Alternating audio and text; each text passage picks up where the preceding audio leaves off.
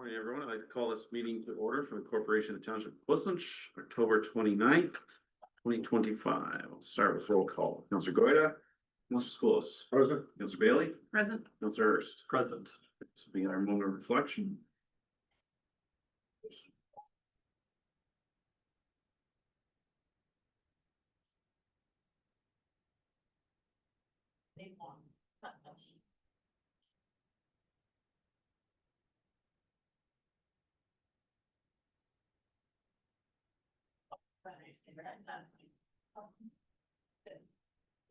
That concludes our moment of reflection. This way, actually have confirmation agenda, please. Yes, the council approves the October 29th, 2025 agenda and addendum as circulated, and the council approves the additions to the agenda as follows.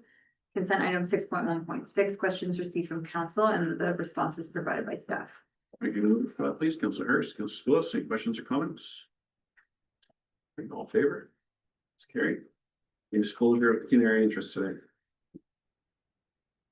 Great. Seeing none. I believe we'll go to our first report, which is with Veronia. And that is 941. Welcome. Good morning. Good morning. Thank you. Through you, Mr. Mayor. So this report is just updates to the emergency response plan. It's a requirement under the Emergency Management and Civil Protection Act to have an emergency response plan. The current plan was approved by the Township of Portland in the fall of 2020 when the 8 municipal emergency response plans were combined for one joint plan. As directed in the plan, we are required to review the plan annually by the CMC, which is myself, and every 5 to 10 years for any major reviews in conjunction with the Emergency Management Program Committee. Has been 5 years since the last update, and there are changes that are necessary that have come out of the COVID-19 after action report. Updates for clarity for the source water protection side, and then feedback from the Emergency Management Program Committees and other changes necessary for continued accuracy, clarity, and relevance. Just going to highlight some of the changes. We added a revisions table on page 5, just to make sure we're tracking any changes that were made for titles or anything like that. And any larger kind of major changes as well. So that just changes the numbering throughout the whole plan. We also updated the legal authority to the newly minted Ministry of Emergency Preparedness and Response, and the Minister of Emergency Preparedness and Response, who was previously the Ministry of the Solicitor General. We replaced control group language with Municipal Emergency Control Group, MECG, just to make it clear throughout what we were referring to. Of note, the source water protection plans 9.5.9, we updated paragraph 3 and 4 to more accurately reflect details of the vulnerable areas shown on the mapping in Appendix B. We've also clarified sections where some of the community centers were noted to make sure they're updated with what's actually available there with secondary power sources, that kind of thing. And then the after action review for COVID-19 changes, we just updated the language to ensure all emergency services. So that includes OPP, Gulf Wellington Paramedic Services and Fire, and any other support agencies are considered for participation in the Joint Municipal Emergency Control Group, EOC, when those occur. Happy to answer any questions. Thanks, Veronia. Your recommendation, please. Yes, so to receive the report and that the council of the Township of Portland authorize the replacement of the existing bylaw 046/2020 to a new bylaw adopting the 2020 emergency response plan, 2025 revisions for the township, County Wellington, and member municipalities. And the council give 3 readings to bylaw 2025-085, being a bylaw to provide approval of a municipal emergency response plan and to repeal bylaw 46-20. Can I get a mover, please? Mr. Hurst, suppose questions or comments? No, I'm good. Very good. Councillor Bailey, you know? Yeah, I guess I just had a question. You touched on, I was gonna ask about the follow-up from the pandemic, but it sounds like did you have a committee, a post-pandemic committee that then gave input on how that went, or what was the process there? Thank you through you, Mr. Mayor. So we had a few different things that we did. We did an after action review, which with each member municipalities, municipal emergency control group, at the end of 2020. And then we also did follow up with the joint Emergency Operations Center members, which included all the mayors, CAOs, and then our support partners. With a survey online in 2024. Imagine there'd be a lot of Yeah, ideas coming out of that. So Yes. one of the things I noted in there was that there's a gap, or in Plus Lunch, there's a gap in terms of communication.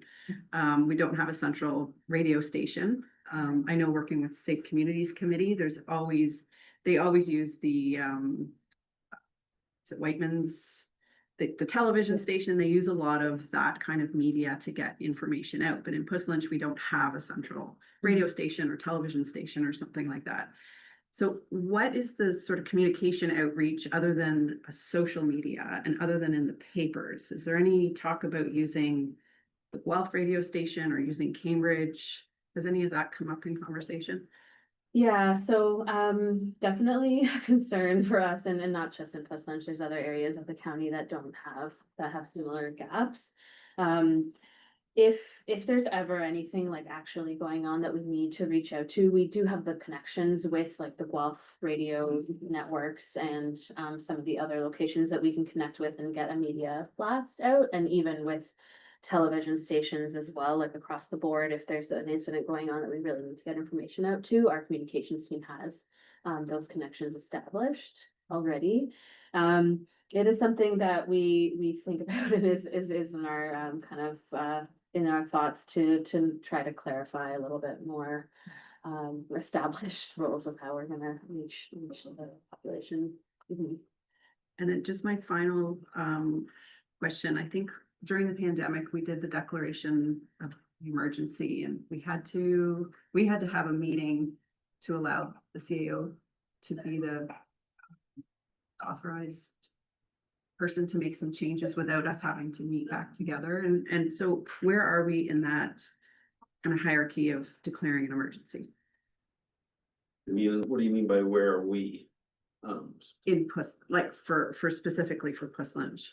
So if there's an emergency declared, Oh, I see what you're saying. If there's a local emergency. Yeah. Versus a county-wide declaration. How does it work? yeah, Oh, okay, yeah, so, through you, Mr. Mayor, you just basically need the head of council, to do the official signing of a declaration, but that's done through bringing together the municipal emergency control group.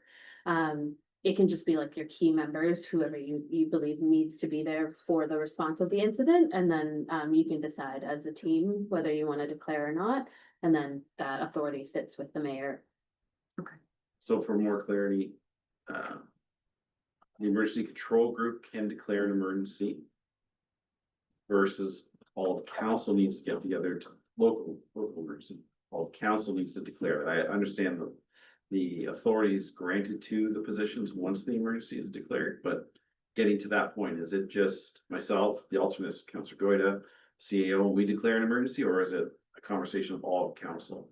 So typically it's not all of council, but it's also not just the municipal emergency control group.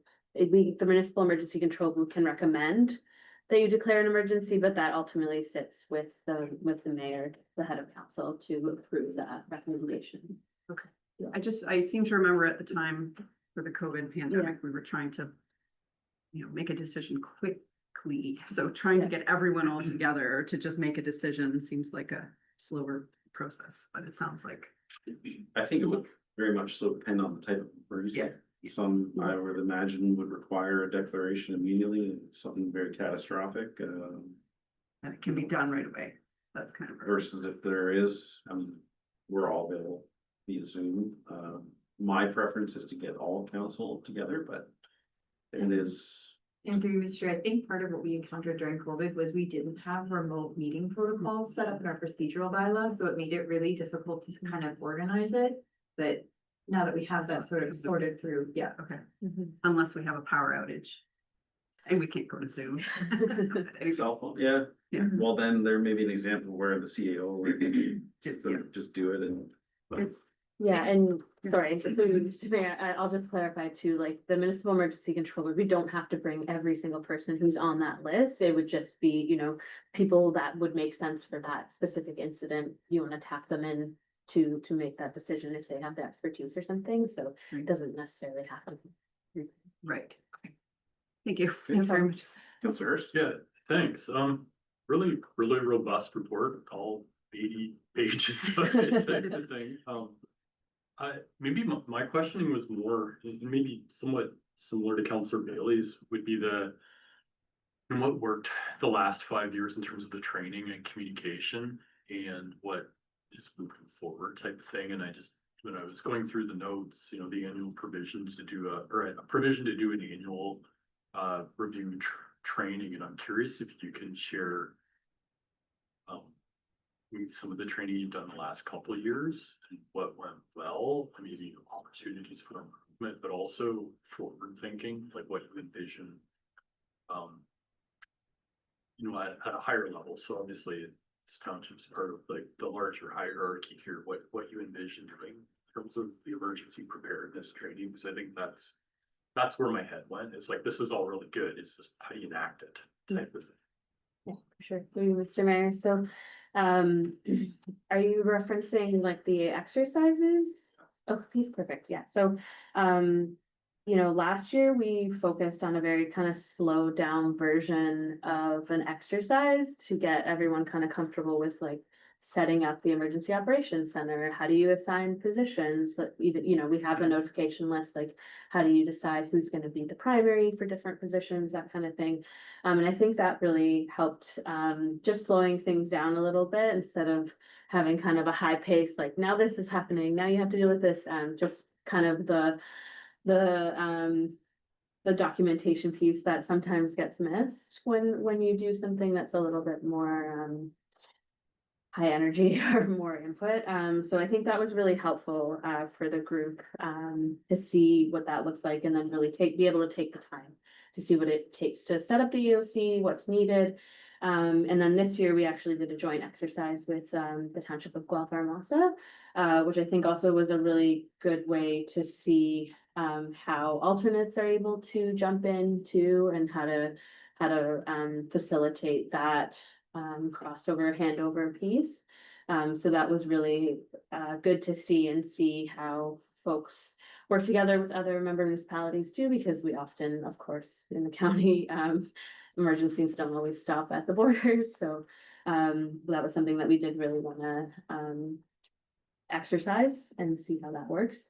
Moving forward, I think with the new D4H emergency management software, the idea is to make it a bit easier to document the documentation side, because that's always been a piece that we've struggled with across the board, not just at the township, but when you're in a response, it's hard to sit down and write something down. But because this is a web-based solution, it's faster. It hopefully is a little bit more intuitive in terms of filling out the forms and that kind of thing. So we were able to test that out this year with all our member municipalities. And we are finding that more people are using the forms the way they should be and that kind of thing. So moving forward, we want to really cement that. We've got some feedback specifically for the D4H software, so we can make it even easier to use. So moving forward, we're going to kind of focus on that training, focus on filling out those forms, what that really looks like, because that was a big finding we had throughout the year. And then really just try to bring those two things together, the response piece and the documentation, so it all kind of works a little bit better together. Okay.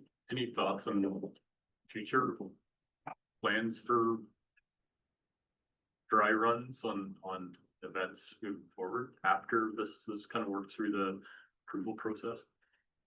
Through you, Mr. Mayor.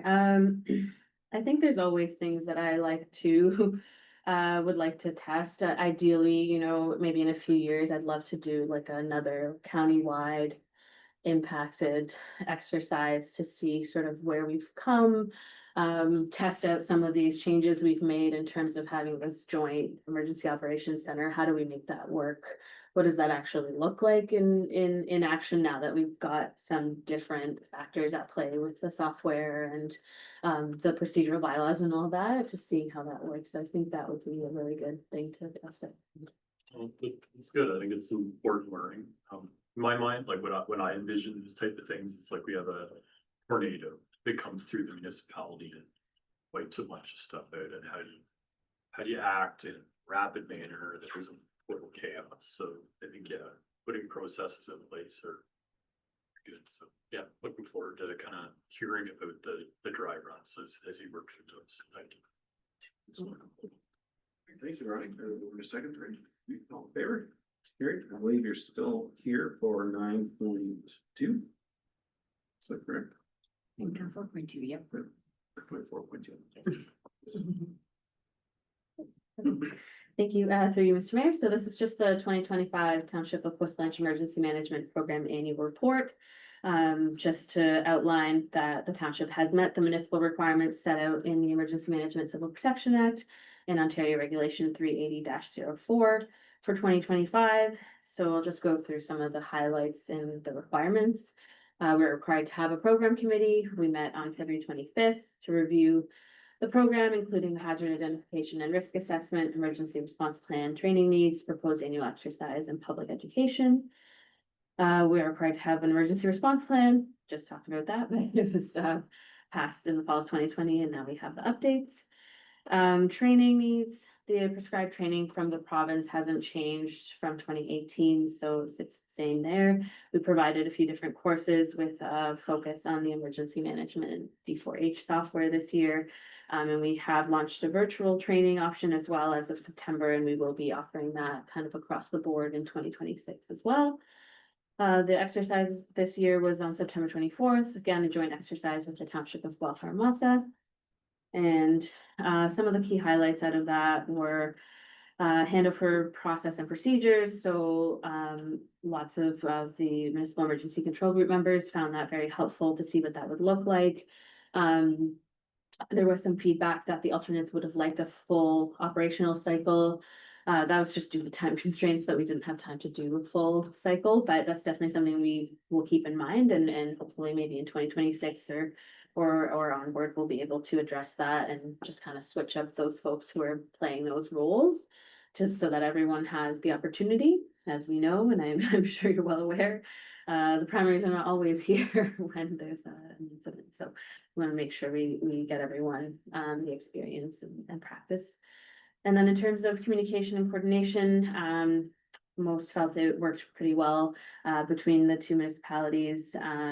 It could be improved, especially through D4H. So there is the capacity to merge two municipalities within that system. But just the nature of the exercise, it didn't quite work to do that, but we'll definitely be working to test that in future exercises. This year was really just trying to test out initially how it works for each of the municipalities, and then we'll kind of move on in terms of merging and what that would look like moving forward. And then the functionality of D4H, most found the software was easy to use and it was beneficial, and being able to see those kind of live updates was helpful. Definitely more training is required, and also for those, there's a D4H app for your cell phone as well. So we are going to be creating some training for that for 2026. And then there is also a sandbox environment that we're hoping to launch in 2026. So we'll have that available for all the municipal emergency control group members. So you can just go in anytime, play around, test things out, remind yourself how to use it, and it's not going to affect any of the sort of real incident side of things. So hopefully that will help. In terms of public education, we attended 25 events with 2 canceled, but of note, here in the township, we attended the Canada Day Pancake Breakfast and the Community Showcase on October 4th. Emergency Preparedness Week was May 4th to 10th, doing all the traditional social media, Wellington Advertiser, radio ads, and promotional materials were offered at the libraries as well. We continued with the Do One Thing promotion campaign. So every month we have a theme that we focus on for all that messaging. With an update, March and April, we did do some avian influenza awareness in combination with public health, as there were some incidents and they just wanted to create a little bit more awareness. We are seeing that kind of more often year to year nowadays, so that's definitely something we'll connect with public health again in the spring. In terms of critical infrastructure, we're required to identify those facilities in the township. We use the common operating picture map for that. So due to some of our staffing constraints this year, we've just had to kind of push the final completion of that to end of 2026, hopefully. And I know that the county GIS is also going through some updates with that, so we're hoping to coordinate with them on that piece. And so the township has fulfilled the mandatory requirements. Happy to answer any questions. Great, thank you. So to receive the report and that council accepts the annual report of the township's emergency management program for 2025. All right, can we move it, please? Mr. Hurst, Mr. Bailey, questions? Yeah, a couple of points. First of all, handle process and procedure. I know Councilor Gordon expressed concerns that she wasn't aware of, but she's the alternate for here. So I'm glad to see on behalf of her that you are looking into procedures to adjust the alternates that are more involved up front. Second of all, the D4H software, you mentioned in your previous response to Councilor Russell that it's web-based. Is there not a concern with power failures and all that sort of thing? Yes, so it is definitely we have printed versions of every form in our EOC bins. So if we were to lose power or Wi-Fi, we can switch to that. The one thing that's nice about this software is that it has an offline mode. So even if you lose Wi-Fi, you can keep working. It'll save it locally until it can get enough Wi-Fi to upload it. So you know, you might not get the full picture if you're like as if you're in full Wi-Fi because everyone's inputs would be showing, but your inputs can still be uploaded locally. And then once you get the Wi-Fi again, it'll upload it to the bigger server. That's great. Yeah. Thank you. Ms. Bailey? Thank you. Can you just speak a little bit to the common operating picture? I'm not familiar with what that is. So it's saying critical infrastructure is identified and managed digitally. And then, you know, I'm assuming there's things that are listed on there, what in Puslinch is identified as critical infrastructure. So through you, Mr. Mayor, so we're required to identify the facilities and anything that's like that we deem kind of critical infrastructure for all the member municipalities. So what we were attempting to do when I started in 2020 is we were managing two lists. So we had like a Word document list, and then we had this web-based like ArcGIS version of it. So what I was trying to do is merge them so that we're not trying to update both. And so we were getting there, but then there was all these updates that happened to ArcGIS. And so it resulted in some of our data points getting kind of mixed, thrown into the wrong kind of areas. So we have to go through every single data point, make sure it's in the right spot, and then make sure there's like contact information associated with each data point as well. So we have to make sure that's up to date, as well as adding any of the critical infrastructure that's been in the meantime that's been identified as well. So because of that, there's like 5,000 data points or something. So it's just taking a little bit of time to go through that. It's called a common operating picture because the idea is that it'll give you that kind of situational awareness. And it is a map you can use in an emergency, and you can, we can put in like the road closures or like the incident site. We can add all that stuff in along with the existing critical infrastructure that's listed there as well. And we have different layers you can turn on. So we have like vulnerable populations, or we have them tied to some of like the river flows as well with conservation authorities. So we could turn those on as well. So the idea is when it's working, gives you that easy kind of visual that you can see. We also have printed versions of those maps, but we're just trying to make sure that all the points are updated. Yeah. And then residents would be able to go on to the website, go to that, and then gather information from it. Is that the purpose of it? No, so this is internal because critical infrastructure is considered confidential. Okay.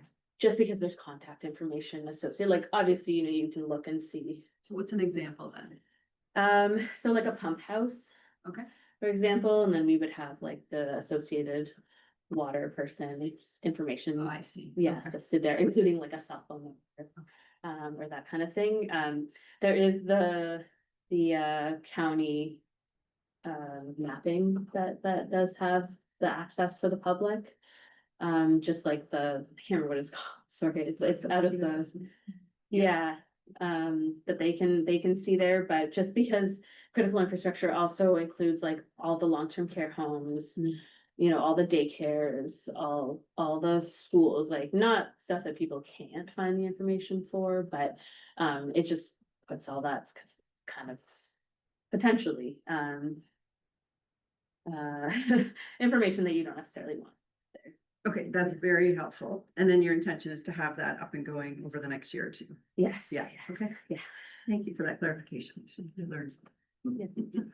Councilors? Yeah, maybe take an agricultural slant here, just maybe at the larger level within Wellington County. So I saw you in your note doing some avian influenza testing, so or education. And I think maybe two thoughts here is one is great. Even right now, like there's a control zone currently at Mount Forest right now. This township was in a control zone most of last spring with some barns that were infected. And so I think at an industry level, my day job, we work really closely with that on the industry side. One of the challenges is always the backyard flocks, a bit of Wild West type of thing. So that's maybe one is just and how one navigates that is tricky. But I'd encourage that. That's a thing that isn't going to go away type of thing. We see it every spring, every fall because it's based on the migratory flight patterns. So that was one. So if you ever need to get contact through CFIA and the industry side, because we're like really dialed in on that, I think that's something, especially Wellington County at larger levels, heavy livestock density. So that's something that I think I would really encourage to continue to work on and focus on. The other one, from an agriculture standpoint, we saw a pretty significant barn fire here a couple months ago.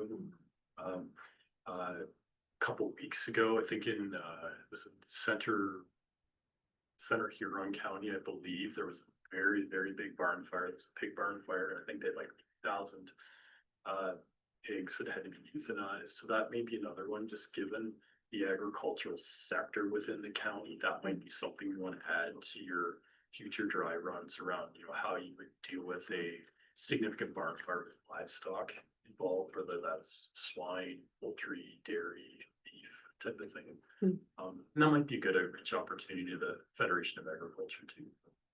So just honestly, this is really good. It's more for me, it's just adding stuff. Thanks. Thank you. All right, let's bring further conversation up. Maybe. Yeah, move a second row. Thank you, Ronnie. Appreciate it. All in favor? It's carried. Enjoy the rest of it. Move on to consents.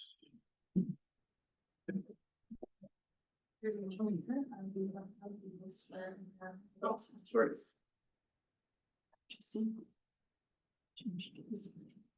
Which number on the agenda? Oh, 10. 10-3, sorry, is that? No, that's not. There it is. Oh, okay.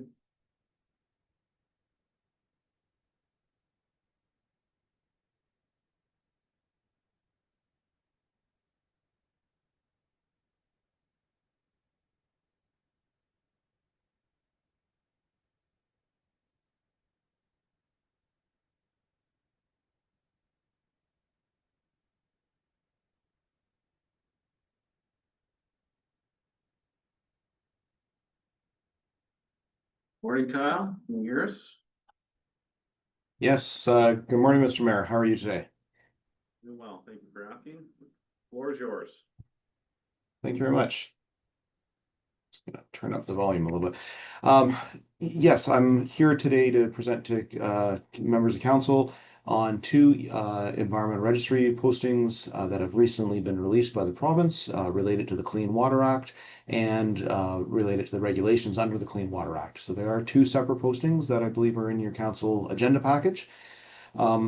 They are posted until November 19th and December 4th. Those are the dates that comments are due. However, they are part of Bill 56, which is a Competitive Economy Act. So that is working its way through legislature, as I understand, sort of as we speak. I believe it's been at least a second reading already. So there are some public information sessions on November 5th and 12th. So staff will be attending those.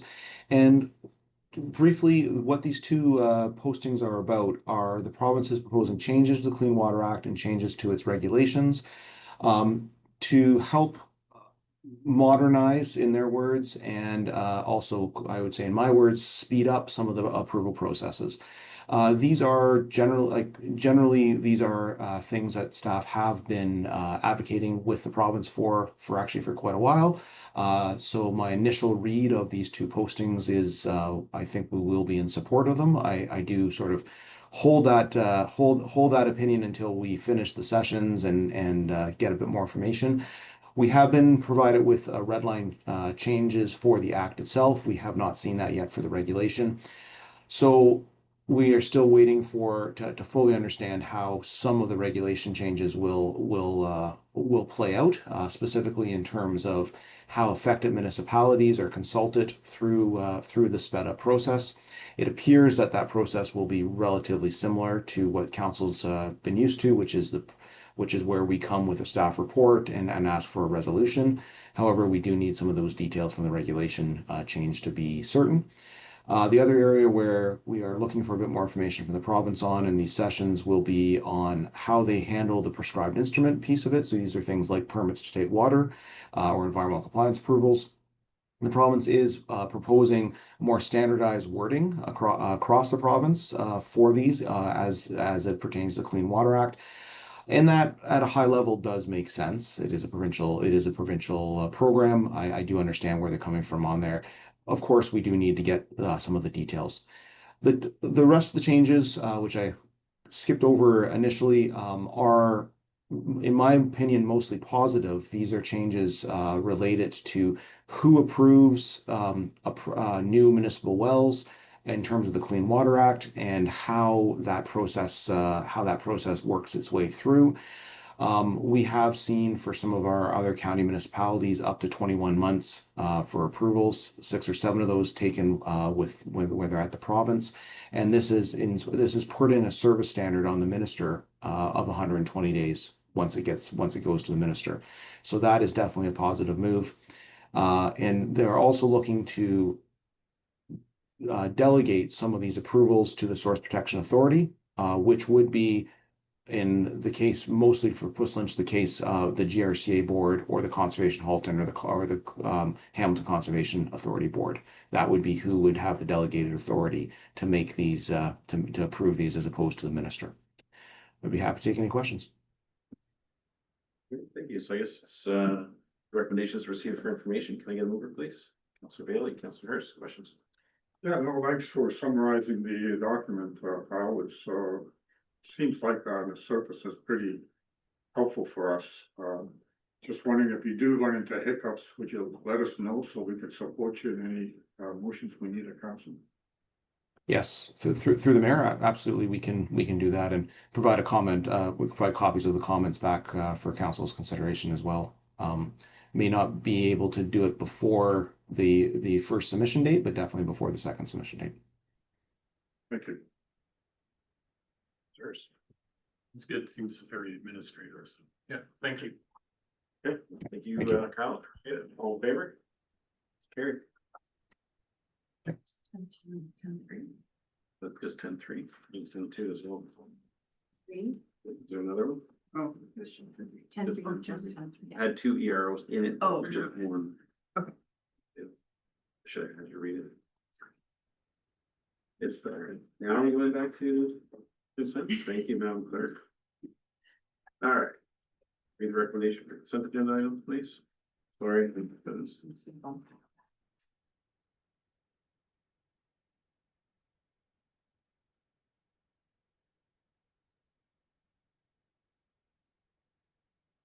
The consent agenda items listed for the October 29th, 2025 council meeting be received for information. The mover, please. Councilor Hurst, Councilor Splos. Any items to be pulled out? Councilor Splos. Yes, 613, 614, and 615. Counselor Bailey, anything? Sorry, 6 what? 13, 14, 15. 6, 7. I think those are all I did too. All right, so we'll receive the balance of those items, please. If you're gonna move for that. Oh, we already have, never mind, all in favor? Gary, and Sarah, since you're the lowest number, 6.7. Go ahead. So, find my notes here. Oh, yes, okay. So this is regarding an update. It says the Ministry of the Environment, Conservation and Parks Compliance Policy, potential for low risk incident referrals to municipalities. On page 54. So I guess I would just like staff to look into what the repercussions of this are. Just in particular, do we have the resources or the tools that we need to monitor this or collect the data that's now being put onto the municipality? And if not, how does staff recommend we plan for this? Quotes from the schools. No, I think it's a good idea, just to make sure that we have all the instrumentation. I know we're buying a noise monitor, so at least we've got the noise picked up. But I don't know what you need to do with odors and dust. Yeah. Yeah, maybe similar, like the 3 questions I had were. How does one adequately get compensated for one's time? Yes. This, the first one. Maybe this is a question for staff. Do we have the appropriate bylaws in place that are in line with what the MECP has voted, and don't, and that's a gap there. And the last piece is, I read in the piece, it's like if it becomes a constant long-term nagging issue, then you can refer it back to MECP, but like, what's that look like? So to me, it was just a lot of questions here, but probably the biggest one is, this very much feels like provincial downloading of the municipality, and how do you actually cover the costs? Questions and no answers. Yeah, I agree with all the statements. So provincial downloading, I feel that, I don't even know if we want that responsibility. So once we deal with these complaints, do we have the authority to mitigate the concern? These are all questions. I wonder if their staff, the thoughts are just reporting back, and I would be more inclined to say, thanks, but no thanks. Yeah. We're good. We don't want it. Because maybe we don't have that authority to do anything. And then people are going to be looking for us to take action, and so, I look forward to stuff bring back. Okay, so over to seconder for that, Councilor Bailey's. Yeah. Councilor Bailey, Councilor Hurst, any last comments? No. Favor? It's carried. Okay, Councilor Spillis, 613. 613 deals with bill 60, and it's got several items in there. Minor variances, ministerial zoning orders, and CIP. And I think we need to have staff look at it, think about it, and see if there's any comments that we should make. We received this document just literally a day or so ago. I'm sure it doesn't give staff time to provide something for this meeting, but certainly before the November 22nd meeting. Before November 22nd, this is due. Sure. Do we need a mover seconder for that, or how do you want? Yes, please, and we do have that drafted to bring it back to the November 19th. Okay. We have a mover, Councilor Spillis, Councilor Hurst. Questions? Councilor Bailey, Councilor Hurst. Just, and I would agree with Councilor Spillis's comments. I guess when I was going through it, the one that jumped out at me was the MZO authority, right? And that's just my spidey sense on that one kind of tweaked my interest there. It's like, okay, so yeah, I would support his recommendation then for staff to review it, but I think it's just, it seems like an erosion of municipal powers. Yeah, we're getting closer and closer to the province running every municipality. I would suggest just increasing their setbacks on everything that's covered under minor variance by 10%. So that if they get 10% reduction as of right, then we're just right back to where we were. I don't know that they understand all the importance of these setbacks and to give a 10% as of right, could be challenging. So anyways, I look forward to the staff report back on it. Great, so we have a mover and a seconder for that one. Okay, all in favor? It's carried. Next one, Councilor Ross. Yeah, 0614, it's consultation or simplifying and standardizing official plans. And in there, they do talk about second-tier municipalities having official plans and what that would look like and how would relate to the county official plan. So I think that's another one that we're embarking on eventually on a official plan for a township. It'd be good to understand what we want out of all this legislation. So again, I'm moving that staff develop the comments for consideration by council at a meeting before November 22nd. Okay, moved by Councilor Scholes, second by Councilor Bailey. Any questions, Councilor Bailey? No, I guess the one point that jumped out at me was they're talking about increasing the flexibility of land use designations to streamline development, and I'd like to know what that means for Prislinch. So, yeah, I'd love to hear what staff has to say about this CRO. Great, Councilor. I support Councillor Spooks' comments. I think that's where my head was at. I think just coming to the last council meeting's discussion around updating an official plan for the township. Just thinking sinking wise, like wait till this is through the process, because you would hate to kind of go walk through that and have to rejig it at without beyond kind of that typical 5-year cycle. Yeah, I feel it's important we have our own official plan. So I would encourage staff to, well, not encourage them to report back on this, and yeah, I look forward to that report because I feel we know the direction we want to take the township, and maybe not necessarily or having control over that and having our own official plan that can steer that is advantageous to us. So that may align with what they're doing here. It's just the costing associated with doing official plans can be expensive. So it's good. Right, all in favor? It's carried. Yeah, one more, Councilor Spokes. Yes, so our consultation enhanced development standards.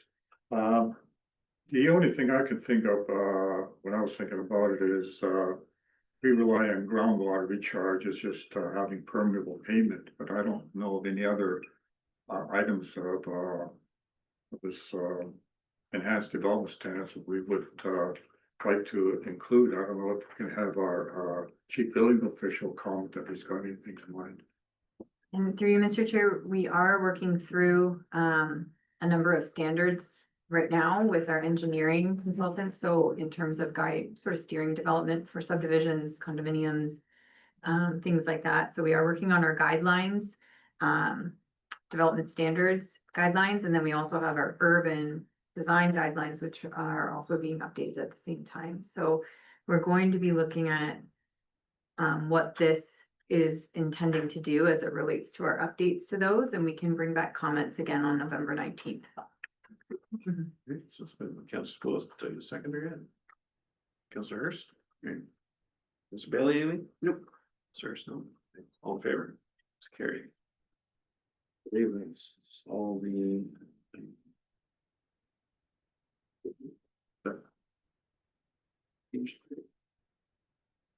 All right. Next is the public meeting.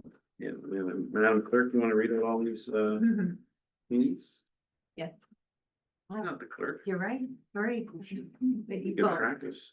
Surprise. There's chair, so there's the October 29th, 2025 at 7 p.m. public information meeting held in person at the municipal office, 7404 Wanting Road 34, and by electronic participation through Zoom regarding the site alteration application E11/HPC, property municipally known as 7504 McLean Road East. And we have the November 19th, 2025 at 5:30 p.m. open house held in person at the Prislinch Community Center, 23 Brock Road South, the 2026 to 2030 strategic plan engagement. We have November 19th, 2025 at 7 p.m. public information meeting held in person at the Prislinch Community Center, 23 Brock Road South, and held by electronic participation through Zoom regarding the zoning bylaw amendment D14 DAN, Danby, property location municipally known as 4631 Side Road 20 North, Township of Prislinch. And then we have November 20th, 2025 at 7 p.m. public information meeting held in person at the Prislinch Community Center, 23 Brock Road South, and by electronic participation through Zoom regarding zoning bylaw amendment applications D14 DAA DAS, property municipally known as 7456 McLean Road West and 197 Brock Road South, Township of Whistler, and D14 ONT Erdel, property location municipally known as 6678 Longton Road, Fort Denver. Thank you. Great job. All right. Next is fire and rescue 9.1. Is he, She's here, yeah.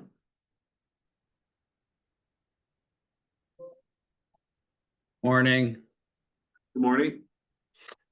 So this report you have in front of you is to look at fire joining into an agreement with Minister of the Solicitor General for a grant for mental health training for the fire department.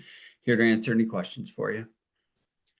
And want to read the recommendation, please? So to receive the report, and the council gives 3 readings to bylaw number 2025-083, being a bylaw authorizing the entering into an agreement with the Minister of the Solicitor General, mental health supports for public safety personnel and grant program.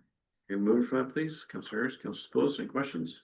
Yeah, seems to be a one-year program. Are we planning to keep it going for more than 1 year? Yeah, so the goal But pay for it. So the goal of this training was put forward from the Minister Solicitor General. So they're going to pay to initially train your peer support team or whatever mental health you need, and then we would take over running that team once they are trained. So the most expensive part of this program will be the training. And then we'll have approximately 10 members on the team that will be able to help our staff and anybody in the township when needed. Great, thank you. Yes. Just one follow-up to Councillor Sepoulis's, and I think that's where my head was going, is this a one-time thing or an annual piece? And maybe, Chief, can you maybe just speak to the ongoing train the trainer requirements? So I think you spoke to this as a one-time, get them up to speed, and then you have your staff that are able to provide this service, which I think is fantastic. But what's the ongoing maintenance of maintaining training certification, for lack of a better way of saying it? Through the chair to members of council. So right now, from the mental health side for emergency services, there's no annual or maintenance training from the peer support team. It's more of a once a quarter, we plan to sit with the team, see how everybody's doing, because they're going to need to check in as well when they're dealing with people. And then we can look at courses from there if we find that, you know, the government's come out with a new type of training for them, we can look at it then. But from a maintenance standpoint, it's going to be a quarterly meeting with us and the team to see what's needed, maybe coming up with our own mock training for them and different scenarios in-house. Sorry. Yeah, go ahead. It wasn't in the report, I don't think, but you just mentioned that members of the fire department would then be able to also help residents? So like we're talking OPP, other emergency services. We could initially help a resident out of call because we will have some training outside of regular training for emergency services to get them through the intern. But most times when you're looking at outside help for residents, usually that's done through the Vickers team through local police. So OPP or whatever the local police force would use their Vickers team for that. Okay. But we could do the initial on scene. We would have some training to help them get through that difficult point. Great. Sorry, did we read the recommendation already? We did. Okay, should we move over a second? Yeah. Okay, so all in favor? That's carried. Thanks, Chief. Perfect. Thank you. 9.2.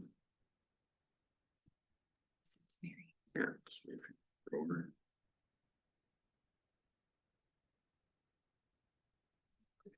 Oh, there she is. Morning, Mary. Good morning. So this report is our cost of living adjustment, an annual report that's proposed to council in order to then incorporate the approved cost of living adjustment through the 2026 budget process. There's some information in the report just regarding the budget development and control policy and some comparator information from our boundary and comparator municipalities as well. I'd be happy to answer any of council's questions. So it's to receive the report and the council approve a cost of living adjustment of 1.7% effective January 1st, 2026.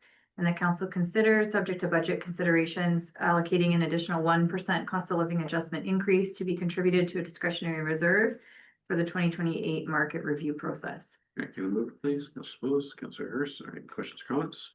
Yeah, I don't have any issues with the 1.7%. Seems very favorable compared to other municipalities. In terms of the 1% cost of living increase to be contributed discretionary reserve, I agree we should wait until we see the budget fallout. And I think it's prudent if we do that. It saved us last time around we did that. We just dipped into the reserve, didn't have to increase any taxes. Yes, sir. That's good. I appreciate the report and background info is quite helpful. Yeah, I agree. I think that option of adding a 1% to smooth out the market review should be in every budget discussion. But it would, if we're in a tough budget year, it'd be one of those items that would be likely removed first. But I like the idea of bringing it forward every budget cycle. Because sometimes those market reviews can be expensive and depending on what are compared to old municipalities, so it's a way to ease it in for the residential taxpayers. All right. On that note, Mary, is the intention, I know you don't know what's happening in our future budget predictions, but would you be recommending this again when we do the 2027 budget, putting another 1%? Yes, I will put that in our council resolutions, and of course, it's up to council through the budget process, whether or not we can approve that or not, just based on exactly what our mayor has indicated. Yep, okay, great. All in favor? It's carried. 2.2. Great, Mary, that's you as well. Yeah, so this is just our user fees and charges bylaw, just some final next steps associated with it based on the work we've done to date. There's some information in the report just regarding the process that has been undertaken to date, including the reports to council, as well as the public information meeting. And there is a proposed bylaw with this agenda package for council's approval. So it's to receive the report and the council give three readings to bylaw 2025-084, being a bylaw to adopt the user fees and charges bylaw. Move, please. Councilor Bailey. Yeah, I don't have any questions or comments. I think it's pretty straightforward. It's gone through the public process. So. Yep. Okay. All in favor? It's carried. 9.3. CAO. Thank you. Through you, Mr. Chair. This is the Puslinch Strategic Plan Environmental Scan and Background Report. So this is completing phase 2 of our strategic plan project, with the completion date being for the first quarter of 2026. And so this report gives us an overview of some of our master plans and other strategic initiatives that have taken place going back sort of 2014 until now, really focusing on some of those plans and the actionable deliverables out of each of them, including the strategic plan, pardon me, from 2015 to 2020. So you'll see in this report, it does give us that scorecard that shows what we've completed as deliverables out of that previous strategic plan, as well as give some information about proposed themes of the next plan and a SWOT analysis at the end. And so this is just forming some of the background for the new strategic plan as we move forward. I'd be happy to answer any questions. Major recommendation. Yes, so it is to receive for information. And move, please. Councilor Hurst, suppose questions, comments. No, I don't. So a good recap of what's happened in the past, and it's all background to build on. Thank you. Really? No, I guess just my comment was, I mean, the last plan was established in 2015, 10 years ago. I guess I was just looking, did anything jump out at you while doing the review? Anything surprise you about the plan and the fact that we haven't had a plan for the last while, yet we've seemed to have ticked off a lot of the stuff on the scorecard, you know. Mhm. So through Mr. Chair, I think what staff did find surprising in a really great way was that even without sort of plan built into the 2020 strategic plan to measure success, to measure sort of those deliverables over time, the township did manage to complete almost everything within its project list in that scorecard. So I think that just speaks to maybe how well this plan was developed at the time. It was really on point with the initiatives and the priorities that were highlighted, and whether we've been measuring our success against it or not, in the end, it's been a very successful 10 years getting that all completed. And then I think you touched on it in there too, but yes, we all know sitting around here that the direction from the province often throws us in different directions. How when we're looking ahead to this plan or what happened in the past, how do we mitigate impacts of policy changes and things like that being thrown at us from the province? Thank you, Mr. Chair. That's a good question. So we've been talking about that amongst our senior leadership team quite a bit over the last few years, and really building in capacity for staff to be able to adapt to these changes, get some reporting done. We also, in addition to kind of carving out that capacity through our corporate work plan, we have engaged with some really great consultants. We have them there to assist us through this so that they can help us as these things come up, because we can't control it. That's a big piece, you're right, that it's hard to mitigate, but we're doing it through, again, just developing that capacity as well as working with the consultants. Thanks for this. Good report. Mr. Herson, And nothing to add. Yeah, that's good. all in favor? It's carried. Oh. Believe we're on 944. Did I have that right? Did I jump around? Yes, because 943 was deferred. Third, So 944, which very interesting. So I'm just waiting for that presentation.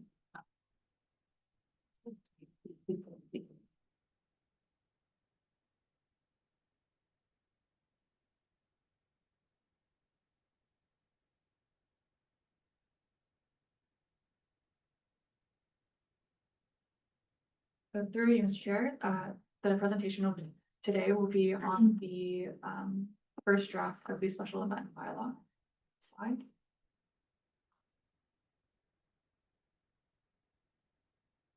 So the special event permits are required for events that are held on private property within on township roads within the township.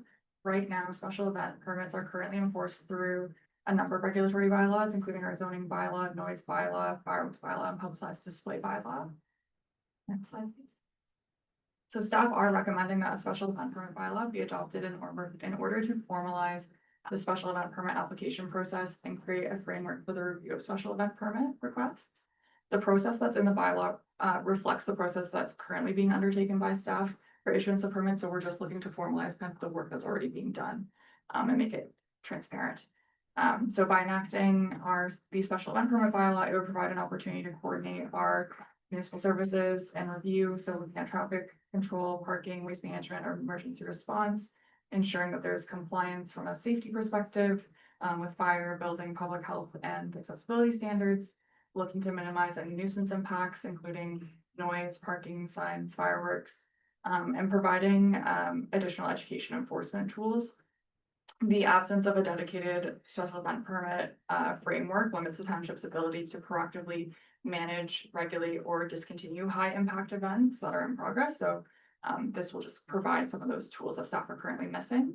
And further, we would be recommending repeal of the publicized display bylaw to be replaced by this fulsome special event permit bylaw.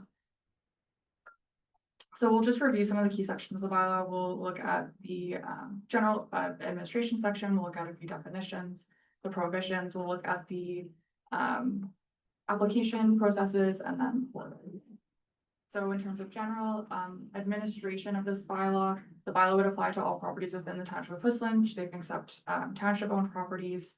The bylaw would be administered by myself, or my designate. And we are looking for delegated authority, when it comes to the creation of forms, guides, guidelines, processes for the bylaw, establishing appropriate requirements, and then the ability to approve, issue, revoke, and amend private special event permits and public road special event permits, and impose conditions related to those. So we'll just jump into some definitions. So we're proposing 3 types of special event permits. The first would be private special event permits. So that would be for an event that's held on private property. That's by invitation only and would involve 50 or more people in attendance at one time. In the last 2 years, we've issued 15 special event permits, and the lowest number of attendees was 55 attendees. So this is kind of consistent with the types of permits that we're seeing now. We would have public special events. So these would be events held on private property, but that are open to the public and where the public is actively being invited to attend the property. And then public road special events, which would be events held on public roads within the township. And those events might be cycling events, parades, etc. So in terms of prohibitions, it would be that no person shall hold, cause, carry out, or permit the holding of a special event on property of the township without having a special event permit. Similarly, if you're having a special event, it has to be held in accordance with the terms and conditions of the special event permit. Persons can't attend or participate in a special event unless that a valid special event permit has been issued. And then just that no person, through the application process shall provide misleading or contain false information in their application. So we'll just kind of run through each of the permits here. So the first one is the private special event permit application. So each property would be eligible for a maximum of 2 private special event permits per calendar year. The applications are to be submitted at least 30 days prior to the intended date of the special event. With that being said, we are building in discretion for staff to consider applications that are submitted later after the 30-day period, but it would be subject to an expedited fee and staff's ability to process that application.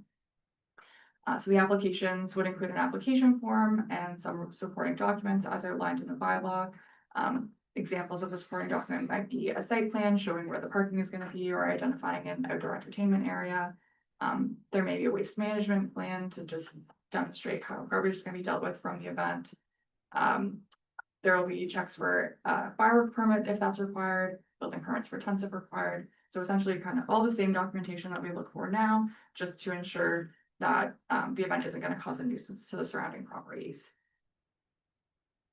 So with that being said, that's kind of all the requirements of the application in terms of the process. So staff are recommending, again, that this approval authority be provided to staff. There would be notification that we mailed to property owners within 60 meters of the subject property, and then notice posted at the address, just to identify that a permit has been received. And then applicants would be required to notify the township if there was going to be any changes to their event from what the permit approved. And we would also have the ability to revoke a permit if there was false or misleading information, if there was an unanticipated risk to the public, or there was not compliance with any of the conditions.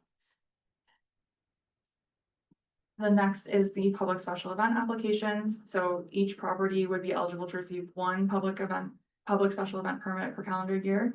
For these, applications would be required to be submitted at least 60 days prior to the event date. Again, we're recommending that there be delegated authority to staff to consider applications coming in after that, subject to our ability to process them and to get them in front of council for approval. So with this one, we are recommending that council be the approval authority for these permits. Again, similar to the private application, so it'll be an application form, some of those supporting documents. With these ones, there may be a traffic management plan in addition to some of the other items. But again, just looking to look at those potential nuisance impacts and address those through the application process. So in terms of process, as noted, have to be submitted at least 60 days. They're reviewed by staff, circulated to emergency services. There would be notification to owners within 120 meters of the application, at least 10 days in advance of the council meeting where council was considering the permit. Then there would be the recommendation report from staff, and council would either approve with conditions, or deny the permit. There is no appeal mechanism for these, so council's decision would be final. Should council approve the application, notification would then again be circulated to those properties within 120 meters at least 5 days in advance of the event. Posted on the township's website 5 days in advance of the event and posted at the property. And then our final permit type is the public road special event permit application. So again, this is for events taking place on public roads. We would be asking that they be submitted at least 30 days prior to the intended date of the special event, with the discretion for staff to accept late applications based on our ability to process them and an expedited fee. The process would be that staff would review them with emergency services. They could be approved with conditions, or denied. And again, the decision's final. There would be no appeal mechanism. And for these ones, notification would just be posted on the township website at least 5 days in advance of the event. So there would be orders that the bylaw enforcement officer would be able to issue in the instance that there's non-compliance with the bylaw. And any person who failed to comply with an order would be guilty of an offense under section 8 of the bylaw. And then just in terms of timelines and next steps, so we brought the first draft for council's review today. We'll be launching a public feedback through Engage Lynch beginning Friday of this week. We would be looking to bring our second draft back for council's consideration in December, and a third and final draft and hopefully adoption at the January 21st, 2026 council meeting. I'm happy to answer any questions. Thank you, Justin. Want to regulation please? To receive for information, and the council directs staff to undertake the public engagement as outlined in the report. Can I get a mover, please? Spillis, Councilor Bailey. Any questions or comments? Councilor Spillis. Yeah, I'm just concerned, be perceived as overreaching in some of these activities. I'm thinking about, Christmas trees, you know, there's a individual who sells Christmas trees in Cyber 20, cars line up in, weekends type of thing, you know, we all know about it and we skirt around it type of thing. And, the way I read this, they would have to apply for some sort of, Through you, Mr. Chair. So if properties have zoning permissions to undertake the activities that they complete on their properties, such as agricultural properties who have farm stands, this bylaw would not apply to them. It's only applying to properties where the zoning is not in place for you to have special events. this person doesn't allow cars in the property, so they park on the road. Okay, so that's one thing. The other, Before we move on, Yeah. I'd like staff to, maybe not today, but at least report back on whether Christmas tree farms are part of agricultural zoning. 'Cause there's more than just one, there's a few of them. yeah, I agree, yeah, Township, I'm not right? just relating to one I'm familiar with. So if they're considered compliant with their zoning selling Christmas trees, then the parking may be another concern, but at least that's one hurdle that. Sure. The other example is Audrey Meadows. Everybody drives through Audrey Meadows, so if I read this literally, every house will have to have a permit. Through you, Mr. Chair, because Audrey Meadows doesn't publicly invite people to attend, it wouldn't be considered a public special event. It would have to be a publicly advertised event inviting folks to come to the property. Oh, okay, I see the distinction. Gotcha. Okay, I feel a little more comfortable. Thank you. Mr. Bailey? Yeah, I do have a question. I guess just a general question, if you can help summarize for me from a resident perspective. If there was an organization that yearly runs a public event on their property. So obviously, like you said, they're still going through kind of a process, you're just formalizing it. So what changes would a resident see if this was enacted versus what they've been doing the last few years? The example I'm thinking of, because I think we need a scenario to kind of talk it through, but I'm thinking Sunrise has, they invite the public to come for their big fundraising event for the year. So what change would they see through this process? Through you, Mr. Chair. So maybe a good example would be the Optimus and their Santa Claus parade. So they go through this process every year with staff. They will not see any change to the process they've been going through. It's just formalized and in a bylaw to show you what that process is, what the timelines are. But from a day-to-day perspective, they won't see change in what the process was before versus what the process is after. We're just formalizing it so that it's a clear and transparent process for folks. Okay, and are fees the same? Through Mr. Chair, yes, these would be consistent with what they are now. Yes, yeah. Okay. Can you speak to the Sunrise, example, because they have zoning, I believe, for what they're doing. Yes, through you, Mr. Chair, if a property has zoning permissions for the, uh, uses that are taking place on that property, they will not be required to get a special event permit unless it's not in line with their zoning. Right, which zoning typically say, hey, you can have 200 people out to a special event. So through you, Mr. Chair, A if tree it's- planting event, say they're doing a tree planting event, is something they do once a year, Yeah. or would that be? through you, Mr. Chair, staff can take that away and look at it. It wouldn't be contemplate, like, you're trying to address the nuisance impacts. If you have a business that operates, that has a number of people attending the property regularly for those kind of commercial activities. I think that's what we're trying to address, but we can certainly look at it extra. Through you, Mr. Chair, to add on, we've not issued special events to any of those properties currently because their zoning covers off those types of events that they're holding, and the intent is for this to remain consistent. I guess my concern was I'd hate to see, say, a not-for-profit organization or someone that's trying to make money for a good cause now have to do, go through hoops and pay more fines and do things like that, which doesn't kind of fit with what they're doing. So I'm hearing that probably not the case. The proposed bylaw references the noise bylaw that we have, and it states in the noise bylaw that there's no noise after 11 p.m. Does getting a special event permit allow music to be played after 11 o'clock? Or can they request like a noise extension? Through you, Mr. Chair, so our noise bylaw has its own separate process for permitting noise outside of those hours, so they would need a noise exemption in addition to their special event permit. Okay. And then we mentioned no appeal once a decision's made. But that wouldn't stop the applicant from amending their application, resubmitting it, and bringing it forward again. Through Mr. Chair, if an applicant wants to make a change to their amendment, yes, or their application, yes. The no appeal is that there's no appeal from outside parties. I see. So if council makes a decision on. Or from the applicant, if council were to refuse the application. Right, so staff or council refuse the application. The applicant. Can't appeal, but they could submit an appeal, but they amendment could to resubmit. address whatever the Okay. concerns were. Okay, great, thanks. I think this is a good first thing, and we'll see what the public says. Yeah, that's right.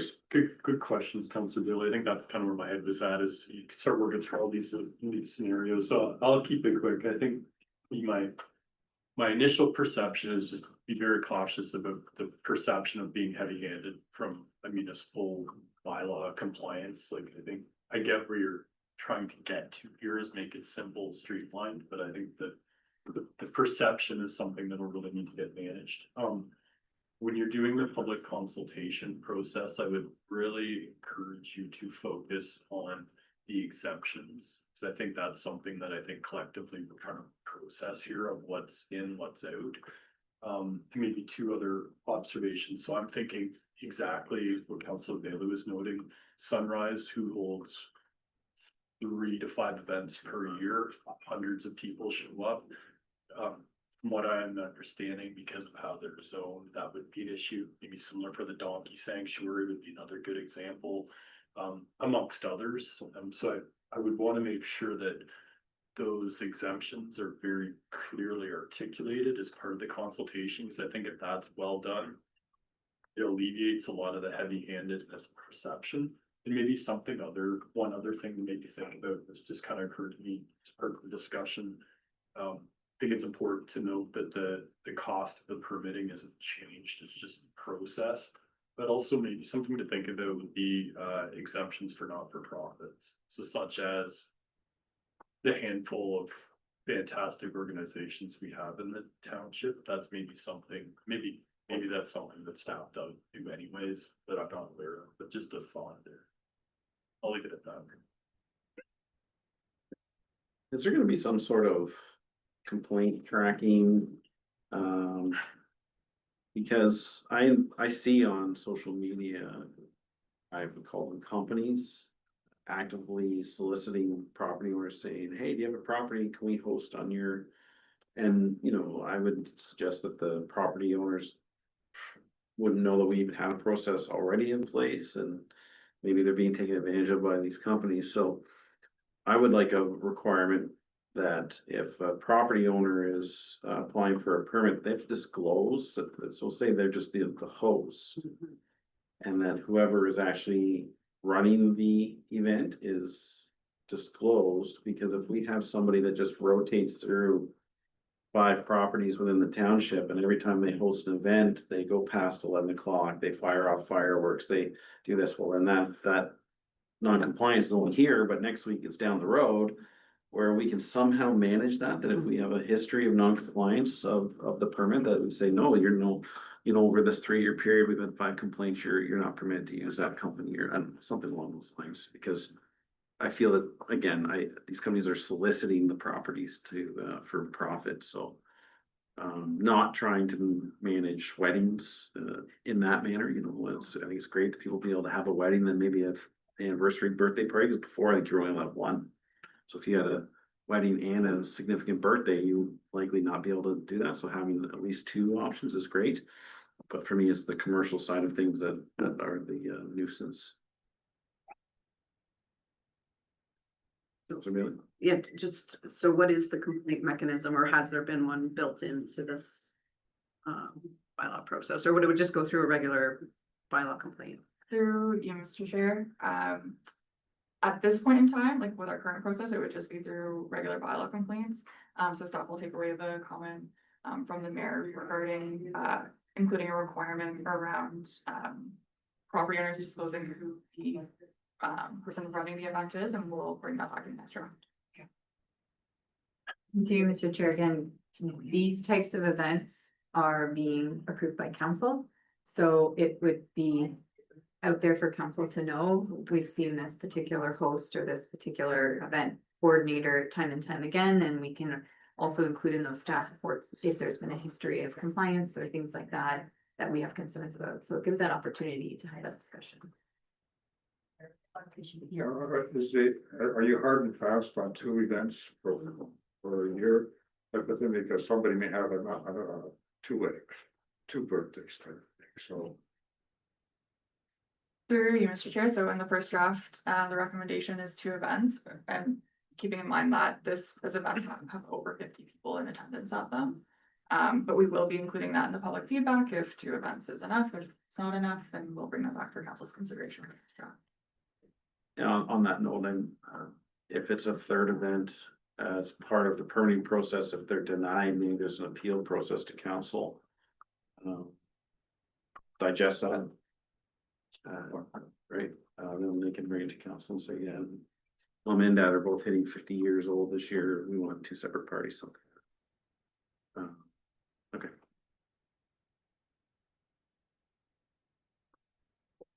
Good. Just saying 50, because I want 50th birthday party, just in case anybody didn't catch that.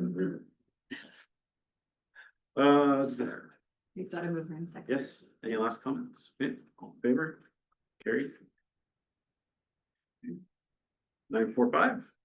Through you, Mr. Chair, the purpose of this report is to provide council with an update regarding the implementation of the election sign bylaw, and to advise that at this time staff are not recommending any changes to the bylaw in advance of the 2026 municipal and school board election, and further, staff are also seeking direction from council regarding submissions for delegations for Roma in 2026. Not having any questions. Move it, please. Councilor Spills, Councilor Hirsch, Councilor Spills. Yeah, the suggestions I have for the conferences are usual MTO Morrison bypass. MNRF concern about blending a gravel pit being causing it to be there in perpetuity. And the concern is why isn't zoned industrial? And then MLOECP, what programs are available to remove contaminated soil if the owner is continually stalls or is insolvent? Okay. This one's sorry. Okay. Sorry, give me 1 second. Sure, 6. Okay. got those. Do we want to talk about Councilor Spillis or you want to go around the room and everybody else's ideas? Let's just go around. They might be all aligned. I don't have anything to add. I mean, the bypass is always on there. I like the contaminant, one for sure. I don't, yeah. Those were two of the three that I had on my list, so yeah, nothing to add. Well, maybe ask staff, like, put you on the spot, anything that you feel we need to delegate.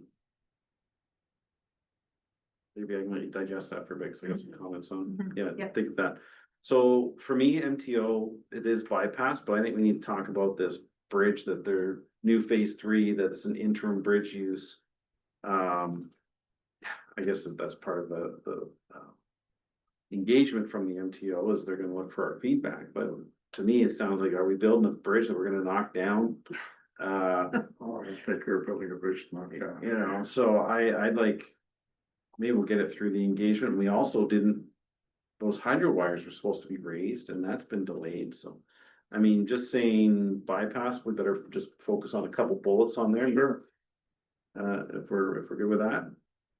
MNRF, I'm good with that. We have Dawn's meeting with Jennifer Barton this week, and he's gonna be bringing up our concerns with that through the Tatmo lens, so that's a little off track here, but it'll still be good to do that advocacy.